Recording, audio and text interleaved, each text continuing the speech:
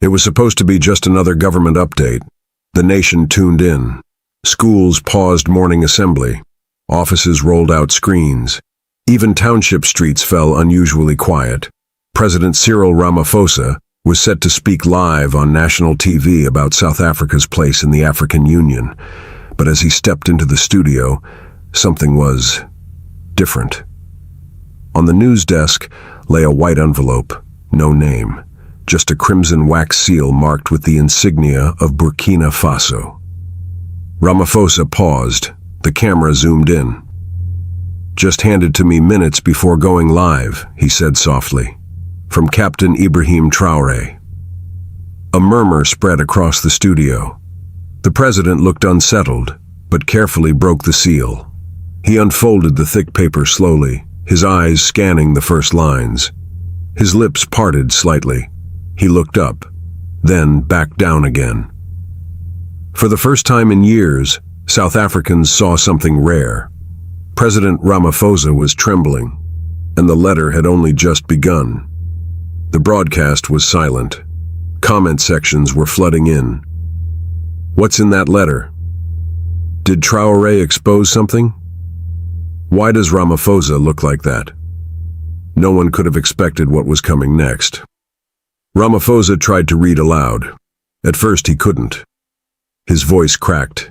He cleared his throat and tried again.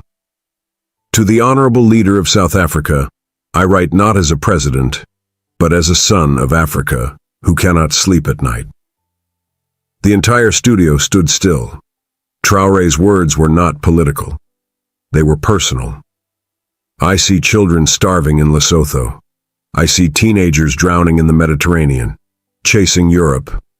I see brothers in Nigeria losing faith in democracy.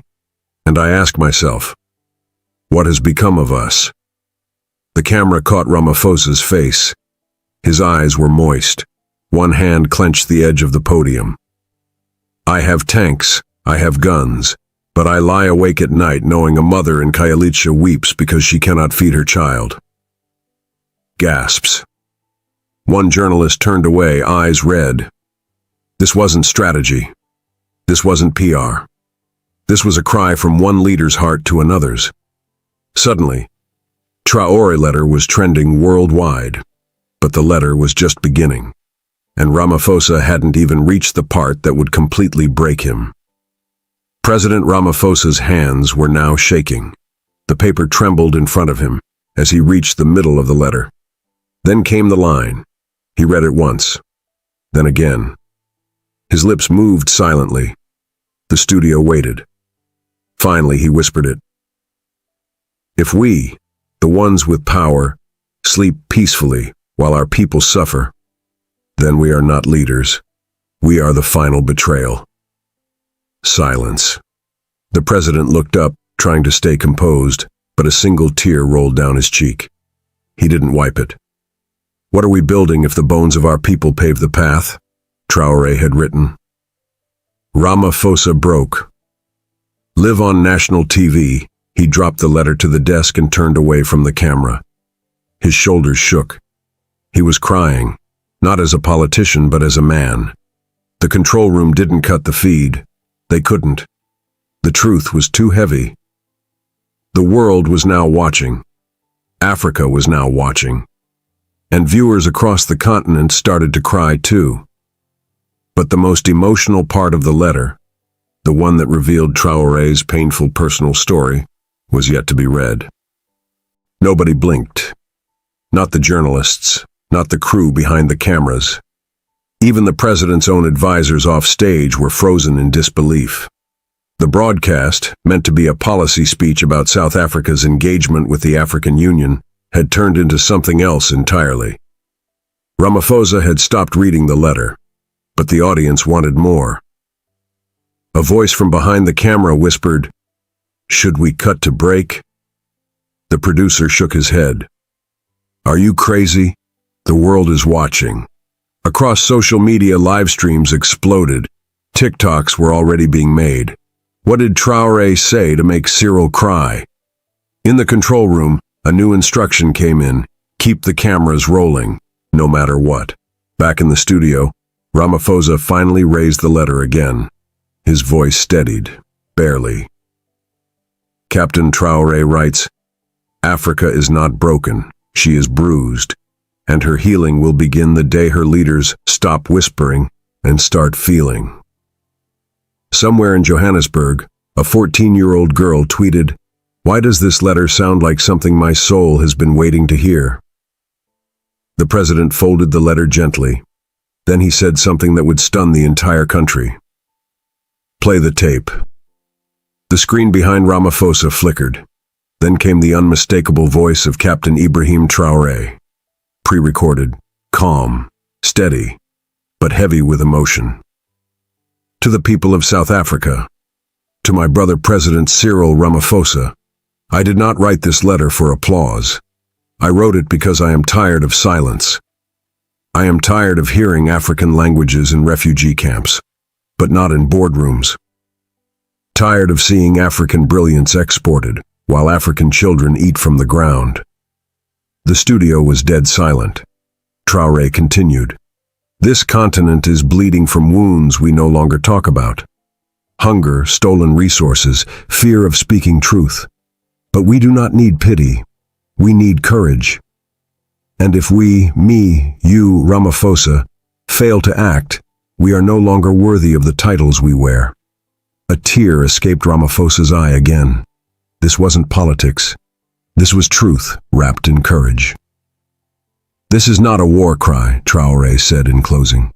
"It is a wake-up call, and the clock is out of time." The screen faded to black. Even Twitter paused. But what happened next wasn't just unexpected. It felt like destiny knocking.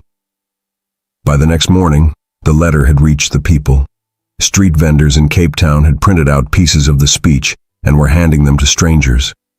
In Soweto, a group of teenage boys stood around a phone replaying Traoré's voice on loop. One of them was crying. "What kind of leader talks like this?" another whispered. "Why don't ours sound like that?" Radio stations paused their morning music to replay the letter. Taxi drivers stopped to listen. Teachers played it in classrooms. A nurse in Durban streamed it for patients waiting in line. And somewhere in Limpopo, an old man looked up from his small wooden bench and said softly, "We haven't heard words like this since Mandela." But the most emotional reaction came from the very place no one expected. In Khayelitsha, a mother of 3 posted a video. "I've never heard Ramaphosa cry before," she said. "But when he read that letter, I cried too, because for the first time in a long time, I felt seen." The video hit 1 million views in 3 hours. But South Africa was about to learn. Traoré's letter wasn't only sent to Ramaphosa. The ripple had just begun. That night, a clip from the broadcast reached a remote village in Mpumalanga. In a small house with a leaking tin roof, 10-year-old Ayanda sat beside her grandmother. The old woman's phone was cracked, but it played Traoré's voice clearly. Ayanda listened, then looked up. "Gogo, why is that man crying?" The grandmother paused, then whispered, "Because someone finally told the truth." Ayanda didn't know what the African Union was. She didn't know what sovereignty meant, but she knew what hunger was. She knew what it felt like to see your mother cry because there's no money for bread. And when Traoré said, "No child should sleep with pain in their belly while gold leaves our soil," Ayanda understood everything. The next morning she drew a picture of Traoré in her schoolbook. She wrote under it, "He remembers us." And she wasn't alone. All over South Africa, children started drawing, writing, posting, responding not to politics, but to hope. Traoré had never even entered South Africa physically, but somehow he had entered its heart. Meanwhile, in a government office in Nairobi, Kenya's foreign minister was pacing. The video had gone viral across East Africa too. People were marching with printouts of the letter. Universities were holding forums to discuss it. Artists were painting murals of Traoré with the words, "Let's build a great Africa." The minister picked up the phone and called Pretoria. "We want in," he said flatly. President Ramaphosa's advisor was confused.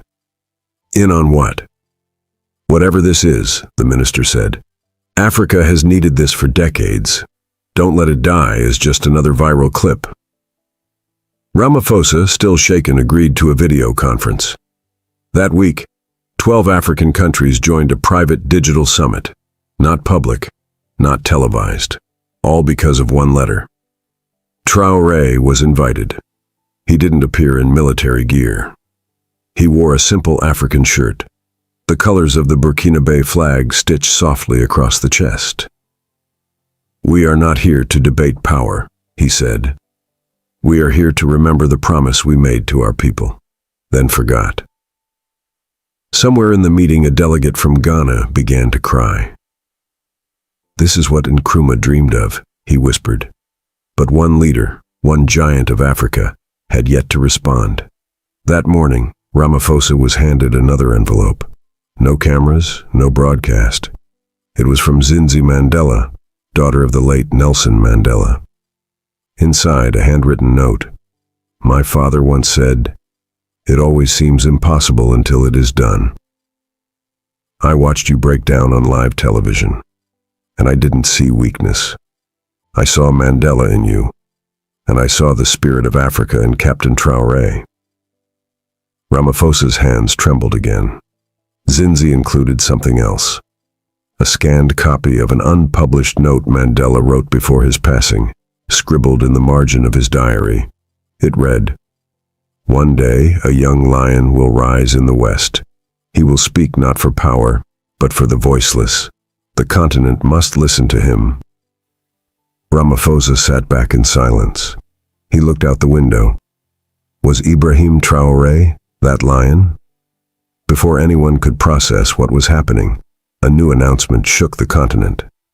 Captain Traoré would address Africa live, not as a military leader, but as a servant of the people. What would he say next? The world was about to find out. The date was set. Friday, 8 p.m. West African time. Millions gathered around TVs, phones, projectors. Even in rural villages, elders rolled out dusty radios praying someone nearby had signal. The world had heard of Captain Ibrahim Traoré, but they had never heard from him like this. The broadcast opened with silence. Then Traoré appeared. No uniform, just a plain African shirt, sleeves rolled up. His face was calm but serious, lit gently by warm studio lights. He spoke softly. "To every mother who has ever gone to bed hungry, to every father who left home for a job that never existed, to every child who thinks they must leave Africa to matter." He paused. You could hear a pin drop across the continent.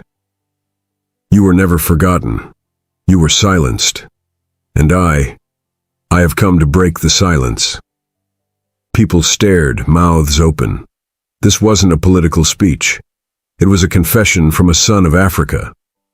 Even Ramaphosa, watching from Pretoria, was visibly emotional. Then Traoré asked a question that changed everything. What if the real poverty is not in our wallets, but in our unity? He hadn't even reached his second point yet. Traoré looked into the camera. "I want to tell you a story I've never told publicly." The entire continent leaned in. "When I was 14, I saw my neighbor collapse in the street. His daughter ran for help, but there was no doctor, no clinic, just dust and silence. He died in her arms. I remember how the mother screamed." He closed his eyes for a moment. That man wasn't a soldier. He wasn't a leader. He was just African. But no news covered it. No camera recorded it. Why? Because to the world, African pain doesn't trend. Viewers began crying. In homes, taxis, buses, people wiped their faces. I promised myself that day, if I ever stood on a stage, I wouldn't speak about my success. I'd speak about his death. Because until his story matters, none of us matter. A woman in Nigeria tweeted, "I can't stop crying. He's speaking for all of us." Traoré raised the letter he'd sent Ramaphosa. This wasn't just a letter. It was a mirror. And tonight, I'm asking every African to look into it. He wasn't done. The final part would shake the foundations of African politics. Traoré leaned forward. Here is what I believe. If Africa is to rise, we cannot wait for others to save us. No one is coming, and they never were. He reached beneath his desk and lifted a new document, thick, bound, stamped. This is my proposal, a Pan-African coalition, voluntary, independent, no external aid, built by us, for us. Gasps rippled across living rooms, radio stations, even prisons where inmates were allowed to watch. We will start small. 10 countries, one plan, shared resources, shared education, shared defense. No puppets, no middlemen, only Africans at the table. Across WhatsApp groups, people went wild. Is this real? He's doing it. Where do we sign? In Lusaka, a bus conductor pulled over, turned up the volume and said, "We're witnessing history, guys." Back in the studio, Traoré gave one final promise. I will not live forever, but if we build this together, Africa will. He bowed his head. The screen faded to black. And across the continent, people stood up. Not for applause, but because they felt something rise in their chest.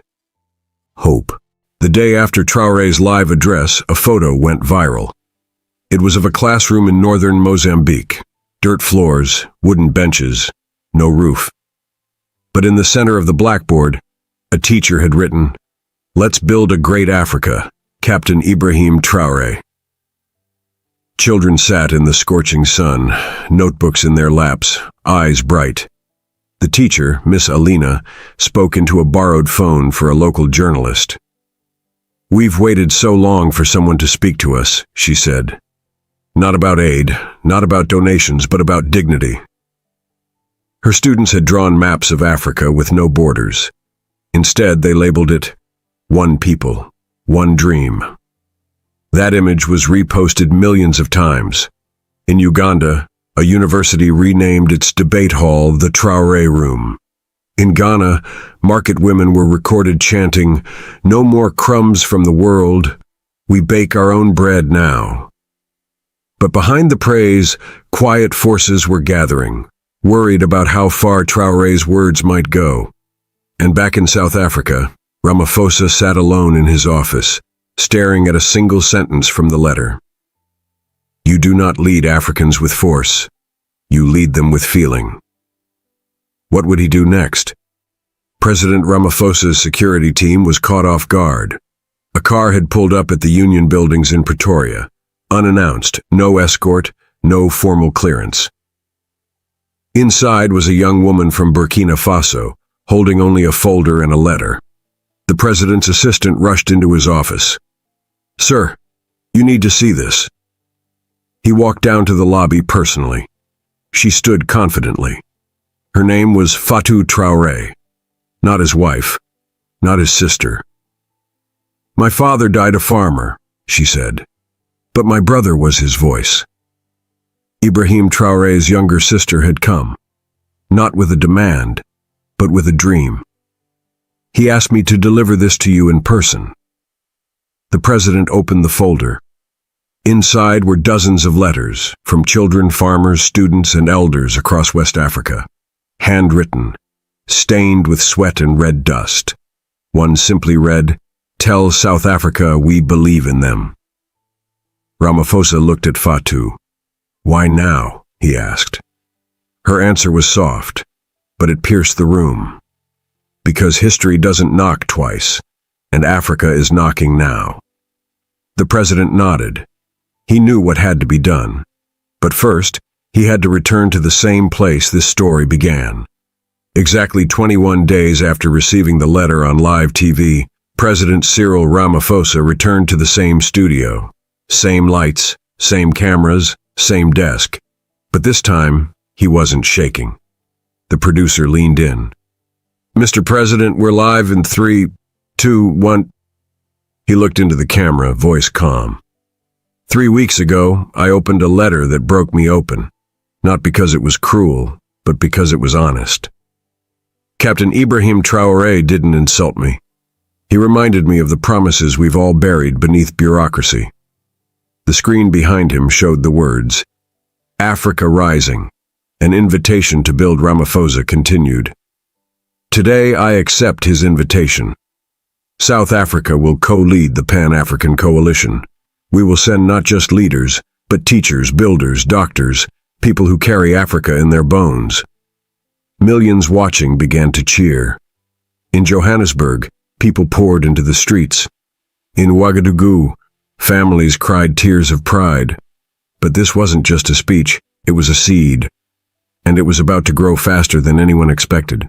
3 days after Ramaphosa's second broadcast, something unexplainable happened. It started in Kigali, then Lagos, then Addis Ababa, then Gaborone. Thousands of people began marching, not in protest but in unity. Old men in dashikis, women holding their babies, teenagers waving Pan-African flags. They held up signs that read, "The letter woke us up. Africa first, Africa forever. We are one people." The movement had no official name, no sponsors, no celebrities, just the people. In Cape Town, someone held up a large print of Ramaphosa crying. In Bamako, a huge banner showed Traoré's words, "If unity is our burden, then division is our curse." And in Soweto, Ayanda, the little girl stood on a wooden box and read part of the letter aloud. People gathered and cried around her. She was just 10. The streets had spoken. This wasn't politics anymore. This was reawakening. And back in Ouagadougou, Ibrahim Traoré sat at his desk watching live footage of the marches. He turned to his advisor. "I only wrote one letter." The advisor replied, and it became Africa's voice. A month later, 10 African presidents gathered in person, for the first time in years, at an open-air summit in Accra, Ghana. No red carpets, no helicopters, no foreign observers, just a long wooden table under the African sky. They called it the Unity Table. President Ramaphosa sat beside Ibrahim Traoré. There were no scripts, just stories. Stories of abandoned schools now reopening. Stories of farmers exchanging seeds across borders. Stories of stolen minerals finally being negotiated at fair prices, by Africans only. Traoré stood up. "Today we don't sign a contract. We sign a promise to never again lead with ego or sell our people for comfort." He reached into his coat and pulled out the original letter. Folded, a little torn, but still whole. "This letter doesn't belong to me anymore. It belongs to every African who dares to hope." He handed it to a young girl from a nearby village who had been watching from the crowd. The girl clutched it like a treasure. The summit ended with no applause, just silence. But this time it was the kind of silence that comes after something sacred. Africa was no longer asking to be seen. Africa was standing tall, together. 1 year later, a statue was unveiled in Ouagadougou. It wasn't of a president or a soldier. It was a sculpture of an envelope, split open, with words flying out of it like birds. At its base it read, "One letter, one continent, one dream." Schools now taught the letter in literature classes. Small towns painted murals of children holding hands across flags. And in a simple clinic in Limpopo, a nurse whispered to a newborn baby, "You came at the right time. Africa is awake now." President Ramaphosa visited Burkina Faso privately. No media, no press. He and Traoré walked alone through a garden. "You didn't just write a letter," Ramaphosa said quietly. "You rewrote history." Traoré smiled. "No, we all did." As the sun set behind them, the sound of children singing the new Pan-African anthem echoed in the distance.